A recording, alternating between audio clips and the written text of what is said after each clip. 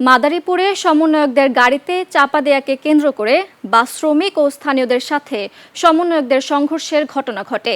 এতে গুরুতর আহত হন দুই সমন্বয়ক। মঙ্গলবার রাতে মাদারীপুরের রাজৈরে এ ঘটনা ঘটে।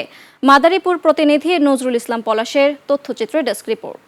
জীবন অবাক না করলে কে করবে? 28% মিল্ক ফ্যাটের অবাক করার সাথে ফ্রেশ মিল্ক পাউডার। জীবন অবাক করুক প্রতিদিন।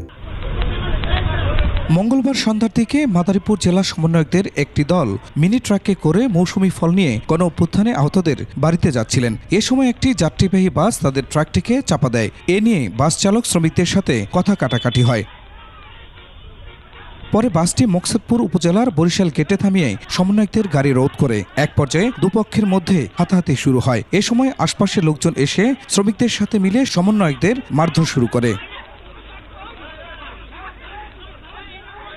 পরে গুরুতর আহত দুই সমন্বয়ককে মাদারীপুর হাসপাতালে ভর্তি করা হয়।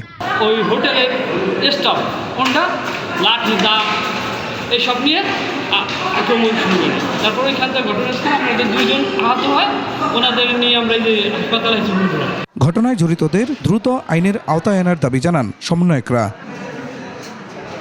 Khurshid Alam, desk report, 21 television.